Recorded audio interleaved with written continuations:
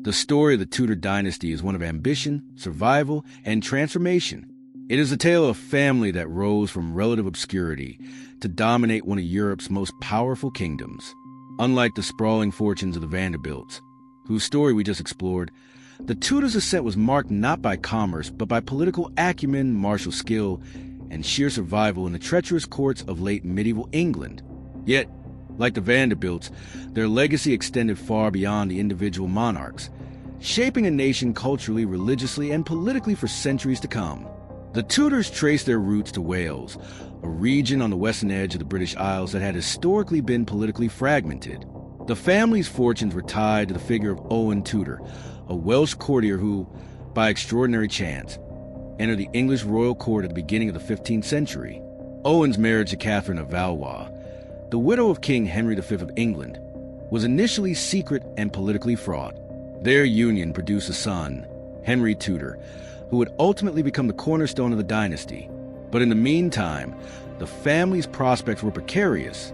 Owen was executed in 1461 during the Turbulent Wars of the Roses, a conflict between the rival factions of the House of Lancaster and the House of York, both vying for control of the English throne. Henry Tudor, born in 1457, spent much of his early life in exile in Brittany and France. This period was defined by danger and uncertainty. The English crown was under Yorkist control, and Henry's claim was tenuous. Yet it was in exile that Henry learned the skills that would later define his rule: patience, strategic thinking, and the ability to form alliances. The Wars of the Roses, a dynastic civil war that had raged since 1455, created both peril and opportunity. Henry's Lancastrian lineage gave him a legitimate claim to the throne, but he lacked the military strength to enforce it, at least until fortune smiled upon him. The decisive moment arrived in 1485 at the Battle of Bosworth Field. Henry Tudor, returning from exile with a modest force of French allies and disaffected English nobles, faced King Richard III, the Yorkist monarch who had seized power following the deaths of Edward IV and his nephews, the Princes in the Tower. The battle itself was a turning point in English history, not just for its immediate military outcome, but for the political shift it represented. Richard III was killed in combat, and Henry emerged victorious, ascending the throne as Henry VII. He became the first Tudor king, and with his victory, he ended the centuries-long feud between Lancaster and York. His marriage to Elizabeth of York, the eldest daughter of Edward IV, symbolically united the warring factions and solidified his claim, beginning a new era of English monarchy. Henry VII's reign was characterized by cautious consolidation and shrewd financial management. Unlike his later descendants, Henry did not seek grandeur in warfare or lavish expenditure on court life. Instead, he built a stable foundation for his dynasty by strengthening royal finances, reducing the power of potentially rebellious nobles, and fostering trade. The creation of institutions such as the Court of Star Chamber exemplified his desire to enforce law and order, while his network of spies and careful control over marriages ensured the dynasty's security. In essence, Henry Tudor's genius was not in flamboyant displays of power, but in quiet, strategic mastery, a careful accumulation of influence that would benefit his heirs for generations. Henry's financial acumen had a long-lasting effect on the monarchy. Through policies such as bond and recognizance systems, Henry ensured loyalty from the aristocracy while simultaneously enriching the crown. Trade policies encouraged the growth of English commerce, particularly in wool and textiles, laying the groundwork for England's eventual rise as a European economic power. Furthermore, Henry carefully arranged advantageous marriages for his children. His eldest son, Arthur, was betrothed to Catherine of Aragon, daughter of the powerful Ferdinand and Isabella of Spain, forging an alliance that strengthened England's international standing. Yet, Henry VII's reign was not without challenges. Rebellions such as the Cornish Rebellion of 1497 tested his authority, while pretenders claiming to be members of the deposed Yorkist line threatened stability. Among the most notable was Perkin Warbeck, who claimed to be Richard of Shrewsbury, one of the missing princes in the Tower. These plots required vigilance, political maneuvering, and at times ruthlessness to ensure the Tudor hold on the throne. The transition from Henry VII to Henry VIII in 1509 marked a shift in the character of the Tudor dynasty. Henry VIII inherited a stable realm, but quickly demonstrated a personality and ambition far more flamboyant and unpredictable than his father's cautious pragmatism. Early in his reign, Henry VIII embodied the Renaissance ideal of the warrior king, athletic, charismatic, and eager to establish his authority both domestically and abroad. His court became renowned for pageantry, tournaments, and the arts, reflecting the king's desire to demonstrate his power and sophistication. However, this personal grandeur would soon be intertwined with profound political, religious, and cultural upheaval. Henry VIII's early foreign policy focused on asserting England's influence in Europe. Ambitions to match the military prowess of France and the Holy Roman Empire led to costly campaigns, which required the extraction of additional revenue from his subjects. Yet it was Henry's personal life and the question of succession that would prove most transformative for the Tudor dynasty. His first marriage to Catherine of Aragon produced only one surviving child, Mary, raising fears about the continuation of the dynasty. Determined to secure a male heir, Henry sought an annulment from the Pope, a request that was ultimately denied. This refusal triggered a momentous series of events, the English Reformation. By breaking with the Roman Catholic Church and establishing the Church of England, Henry VIII fundamentally reshaped the religious and political landscape of England. He assumed control over religious doctrine, property, and appointments, allowing the crown unprecedented power over ecclesiastical matters. Monasteries were dissolved, and their wealth was transferred to the crown, augmenting royal finances and providing Henry with both material and political advantage. This reformation was not purely pragmatic. It also reflected the king's personal desires, ambition, and temperament. Yet, it would have consequences that lasted for generations, as subsequent Tudors navigated the complex religious landscape he created. Henry VIII's marital life was equally transformative. His 6 marriages, Catherine of Aragon and Boleyn, Jane Seymour of Cleves, Catherine Howard, and Catherine Parr, were a mixture of political strategy, personal desire, and dynastic ambition. Each union carried implications for alliances, succession, and court factions. The birth of Edward VI, followed by the daughters Mary I and Elizabeth I, set the stage for future political and religious turbulence. Henry's obsession with securing a male heir led to the execution of 2 of his wives, the imprisonment of advisors, and dramatic shifts in court power, a stark reminder of the interplay between personal ambition and political authority in the Tudor period. The early Tudors, therefore, laid the foundation for a dynasty defined by resilience, adaptability, and controversy. Henry VII's calculated consolidation power provided the stability that allowed Henry VIII to pursue grander ambitions, both on the international stage and within the domestic sphere. The dynasty's ascent demonstrates how survival in the late medieval period depended on a combination of strategic alliances, martial prowess, and political acumen, echoing themes seen in other historical dynasties, including the Vanderbilts' rise through economic opportunity. Yet, while the Vanderbilts were defined by wealth, the Tudors were defined by political power, control over succession, and the ability to navigate turbulent social and religious currents. By the end of Henry VIII's reign in 1547, the Tudor dynasty had secured its place at the heart of English history. The monarchy had evolved into a more centralized and powerful institution. The English church had been irrevocably altered, and the precedent for strong, sometimes ruthless, sovereign leadership had been firmly established. The Tudors had transitioned from Welsh courtiers on the margins of English politics to rulers capable of shaping the nation's destiny. Their story was one of extraordinary ascension, calculated ambition, and personal drama, setting the stage for the dynastic, religious, and political challenges that their descendants would face in the decades to come. The rise of the Tudors also illustrates a broader truth about historical change. Dynasties are often forged in times of instability, where a combination of luck, strategy, and audacity allows a determined individual or family to seize opportunity. For the Tudors, this opportunity was the political chaos of the Wars of the Roses, the contested succession, and the evolving power of the monarchy. They capitalized on these circumstances not through commerce, but through marriage, military engagement, and shrewd diplomacy. They built a foundation that, for nearly a century, would dominate English history, leaving a legacy of cultural, religious, and political transformation that resonates to this day. Henry VII and Henry VIII were the architects of this rise.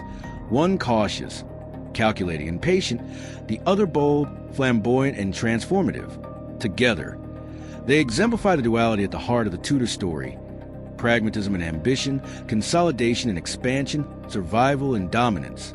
Their reigns illustrate the delicate balance required to establish a dynasty in an era where political fortunes could change overnight. As we move into the next chapter, we will see how the Tudor legacy evolved under the rule of Edward VI, Mary I, and Elizabeth I, navigating religious conflict, international rivalry, and cultural transformation to cement their place in the history of England. The Tudor dynasty under Henry VIII had reached unprecedented heights. England had emerged from the Wars of the Roses. The monarchy was centralized, and the king had established his authority over both state and church. Yet the dynasty's stability depended on succession, a fragile element in a period when dynastic continuity was often threatened by disease, intrigue, or rebellion. Henry VIII's death in 1547 transferred this immense responsibility to his son, Edward VI, a boy of only 9, setting the stage for a turbulent period that would test the resilience of the Tudor lineage. Edward VI was the product of Henry VIII's third marriage to Jane Seymour, who had died shortly after giving birth to him. From the outset, Edward's reign was defined by his youth and the regency that governed in his name. England, already shaken by Henry's religious reforms, now faced the challenge of extending Protestantism under a monarch incapable of ruling directly.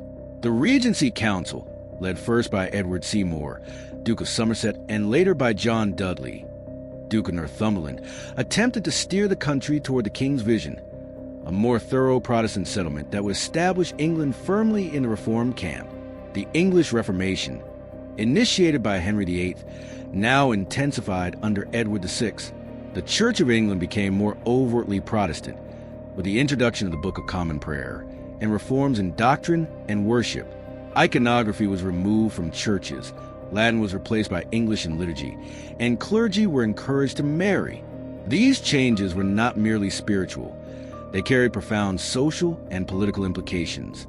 Religious reform became a tool to consolidate power, undermine opposition, and centralize authority. Yet the reforms also provoked unrest. The Prayer Book Rebellion of 1549, particularly in the West Country, demonstrated that imposing religious change from above could inflame deep-seated local loyalties and cultural identities. Edward VI's reign, though brief, he died at the age of 15, laid the groundwork for the religious conflicts that would dominate England for decades.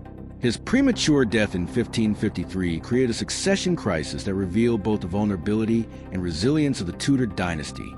John Dudley attempted to place Lady Jane Grey, Northumberland's daughter-in-law and a Protestant, on the throne to prevent the Catholic Mary Tudor from ascending.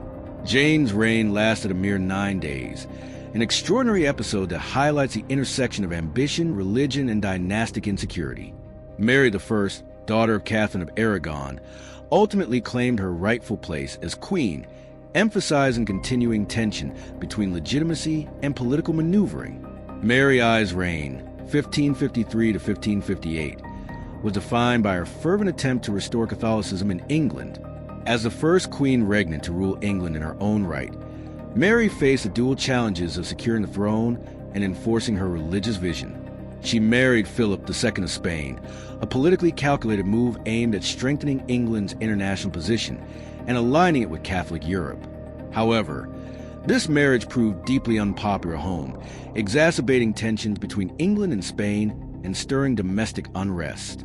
Mary's attempt to reverse Protestant reforms led to the persecution of dissenters, earning her the epithet Bloody Mary. Hundreds were executed for heresy, creating an atmosphere of fear and resentment. While these actions temporarily advanced her religious objectives, they also deepened divisions, setting the stage for the eventual re-establishment of Protestantism under her successor. Mary I's reign, though tumultuous, revealed a critical aspect of the Tudor dynasty: the interplay between personal conviction, political power, and public perception. Her failure to produce an heir intensified the dynasty's vulnerability. When she died in 1558, her half-sister Elizabeth I ascended the throne, inheriting a kingdom marked by religious tension, political uncertainty, and economic challenge. Elizabeth's accession would mark the beginning of one of the most remarkable periods in English history, characterized by stability, cultural flourishing, and international assertion, yet always shadowed by the lessons of her predecessors. Elizabeth I faced the daunting task of consolidating the monarchy in a country divided by religion. Unlike Edward or Mary, Elizabeth ruled in her own right, exercising personal authority over government, religion, and diplomacy. Her political acumen quickly became evident. She pursued a policy of moderation and pragmatism, steering a middle path between extreme Catholicism and radical Protestantism. The Elizabethan religious settlement of 1559 established the Church of England as the national church, retaining a Protestant theology while allowing certain traditional practices to placate Catholics. This compromise was not universally accepted, but provided a measure of stability that had eluded her predecessors. Elizabeth's reign also highlighted the increasing importance of symbolism, image, and propaganda in governance. She cultivated a persona as the Virgin Queen, projecting strength, chastity, and divine sanction.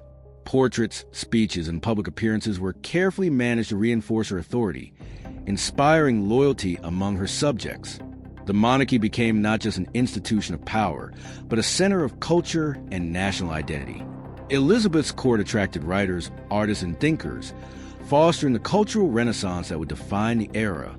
Figures such as William Shakespeare, Edmund Spenser, and Sir Francis Drake operated in a society shaped by the Queen's vision, blending political ambition with cultural innovation. On the international stage, Elizabeth's policies reflected a combination of caution and audacity. She skillfully navigated conflicts with Spain and France, supporting privateering against Spanish treasure fleets while avoiding full-scale war until a famous confrontation with the Spanish Armada in 1588.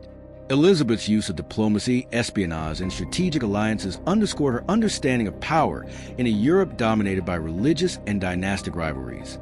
Her success in repelling the Armada not only safeguarded England, but also cemented her reputation as a formidable monarch whose authority was both respected and feared. Despite her accomplishments, Elizabeth's reign was not free from challenges. Succession remained a constant source of anxiety. By choosing never to marry, she deliberately avoided empowering a foreign or domestic consort, but also left the question of the dynasty's future unresolved. Political factions at court, plots against her life, and ongoing religious tensions required constant vigilance. Elizabeth's ability to maintain stability over 4 decades, therefore, reflected not only her personal skill, but also the structural foundations laid by her predecessors. Henry VII's consolidation, Henry VIII's centralization, and even the turbulence of Edward and Mary's reigns all contributed to the environment that allowed Elizabeth to flourish. Elizabeth's reign also demonstrated the interplay of religion, politics, and identity in Tudor England. By enforcing Protestantism while tolerating certain Catholic practices, she managed to reduce internal conflict without alienating significant portions of the population. Her use of symbolism and pageantry, from the Golden Speech to elaborate state ceremonies, reinforced the monarchy's authority and the idea of England as a unified, sovereign nation. The Tudor dynasty under Elizabeth had thus evolved from a family struggling to claim the throne to a symbol of national identity and cultural achievement. The period of Edward, Mary, and Elizabeth highlights the complexities of dynastic rule. Youth, gender, religion, and politics intersected in ways that tested the monarchy's resilience. The Tudors were constantly balancing ambition with pragmatism, personal desire with public expectation, and domestic governance with international diplomacy. Each monarch, despite individual differences, contributed to the shaping of England's institutions, religious life, and cultural identity. Edward VI's Protestant reforms, Mary I's religious fervor, and Elizabeth I's political mastery together demonstrate the dynasty's adaptability and enduring influence. This era also illustrates a broader historical lesson. Dynasties are shaped not only by conquest or inheritance, but by the ability to navigate unpredictable social, religious, and political landscapes.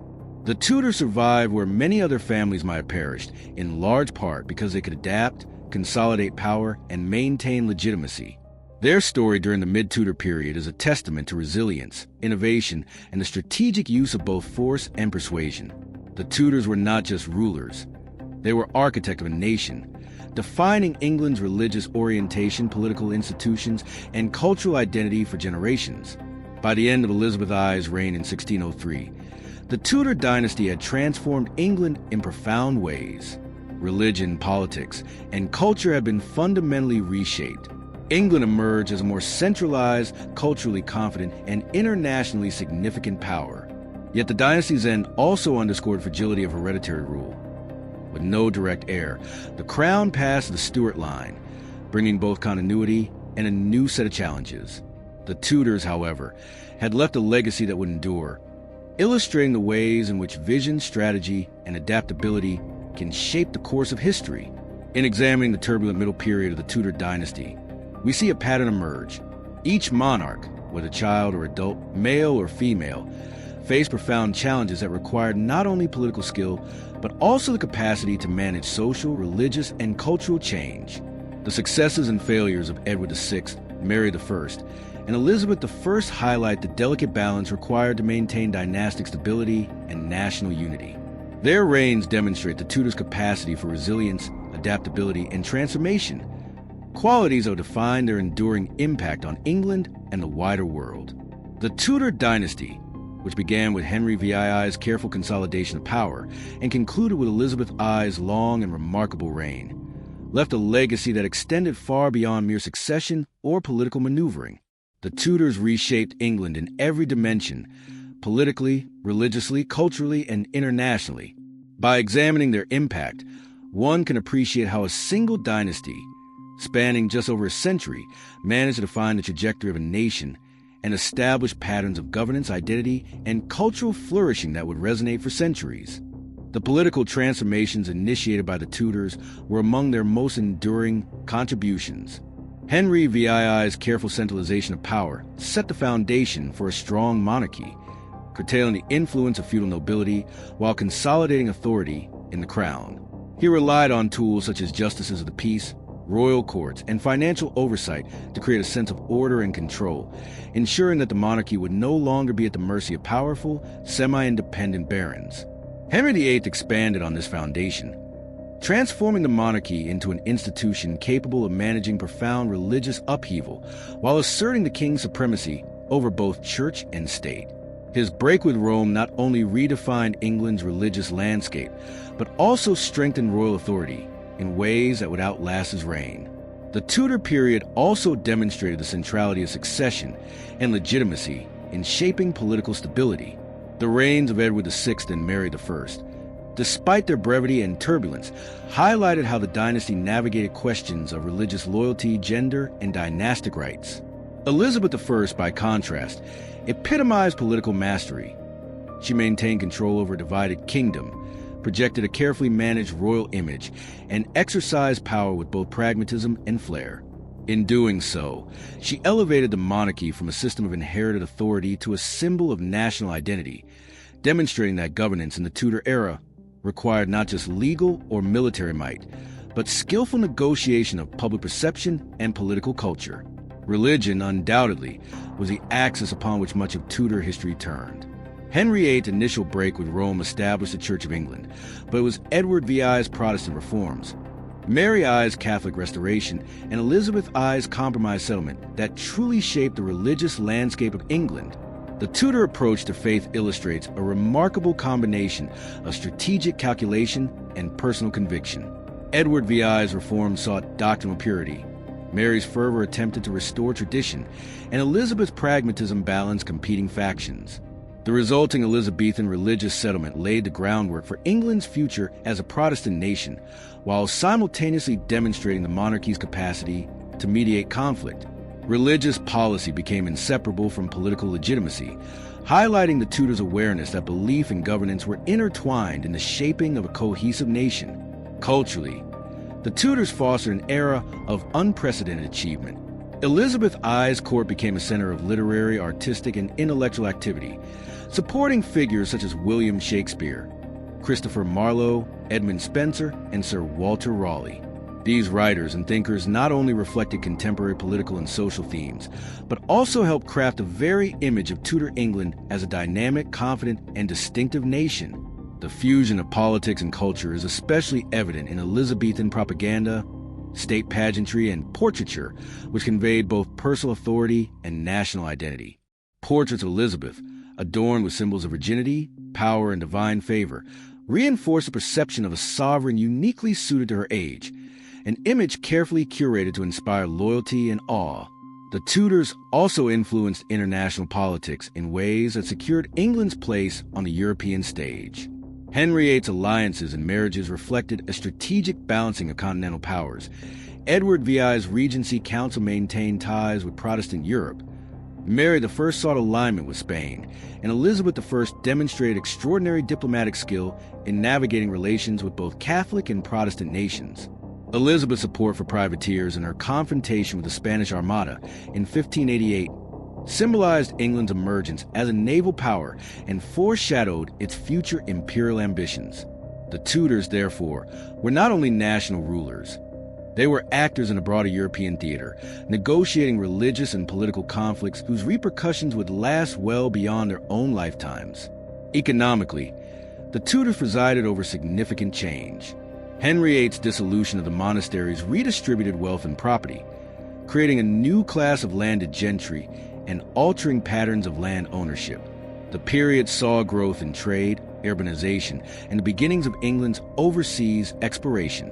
Elizabethan England, in particular, witnessed the expansion of commerce, the rise of joint stock companies, and the early stages of global trade. These developments strengthened the monarchy financially, increased national prestige, and created the material conditions for England's later rise as a world power. The Tudors' economic policies thus combined immediate political objectives with long-term structural impact, shaping England's development in enduring ways. Yet, the legacy of the Tudors was not solely defined by triumphs. Their reigns also underscored the fragility of dynastic power and the personal costs of political authority. The relentless focus on succession, legitimacy, and public perception placed immense pressure on individuals, often at the expense of personal freedom or well-being. Edward VI's brief and controlled reign, Mary I's persecution of Protestants, and Elizabeth I's lifelong celibacy and court vigilance illustrate the intense personal stakes of monarchy. The Tudor story is one of ambition, calculation, and sacrifice, a reminder that the consolidation of power is never without human consequences. Moreover, the Tudors shaped the social imagination of England. They created narratives of national identity, unity, and destiny that resonated long after their deaths. The dynasty's triumphs and failures became templates for understanding governance, legitimacy, and the moral responsibilities of rulers. Elizabeth I, in particular, epitomized the notion of the monarch as both a personal exemplar and a national symbol, a conception that influenced English political thought and monarchy for generations. The Tudors' ability to blend political authority with cultural influence, to merge personal charisma with national identity, set them apart from many other European dynasties and solidified their historical significance. The end of the Tudor line with Elizabeth I in 1603 marked both a conclusion and a transition. The crown passed to the Stuart dynasty, bringing new challenges and opportunities. Yet the foundations laid by the Tudors, centralized monarchy, religious settlement, cultural vibrancy, and international ambition, remained intact. England entered the 17th century stronger, more cohesive, and more confident on the world stage than it had been a century earlier. The Tudor dynasty, therefore, represents not only a historical period but a transformative process, shaping the institutions, culture, and identity of England in ways that endured long after the final Tudor monarch's death. In retrospect, the Tudors exemplify the intersection of vision, strategy, and adaptability. They navigated dynastic uncertainty, religious upheaval, political intrigue, and international rivalry with a combination of foresight and pragmatism. Their reigns demonstrate that power is both inherited and constructed, that legitimacy relies on perception as much as law, and that a dynasty's true influence lies in its ability to shape not only immediate events but the broader course of history. The Tudors were more than a family on the throne. They were architects of modern England, whose imprint can still be traced in the nation's religion, governance, culture, and sense of self. Ultimately, the Tudor dynasty's enduring legacy lies in its capacity to transform England through political consolidation, religious reform, cultural patronage, and international engagement. The Tudors created a kingdom capable of asserting itself in Europe and beyond. They navigated the challenges of succession, gender, faith, and politics with remarkable skill, leaving behind a model of governance and statecraft that would influence generations of rulers. The dynasty story is a testament to resilience, ambition, and vision, a chronicle of how a single family, over just over a century, could shape the destiny of a nation and define its place in the world. Thanks for watching. We will meet in another documentary.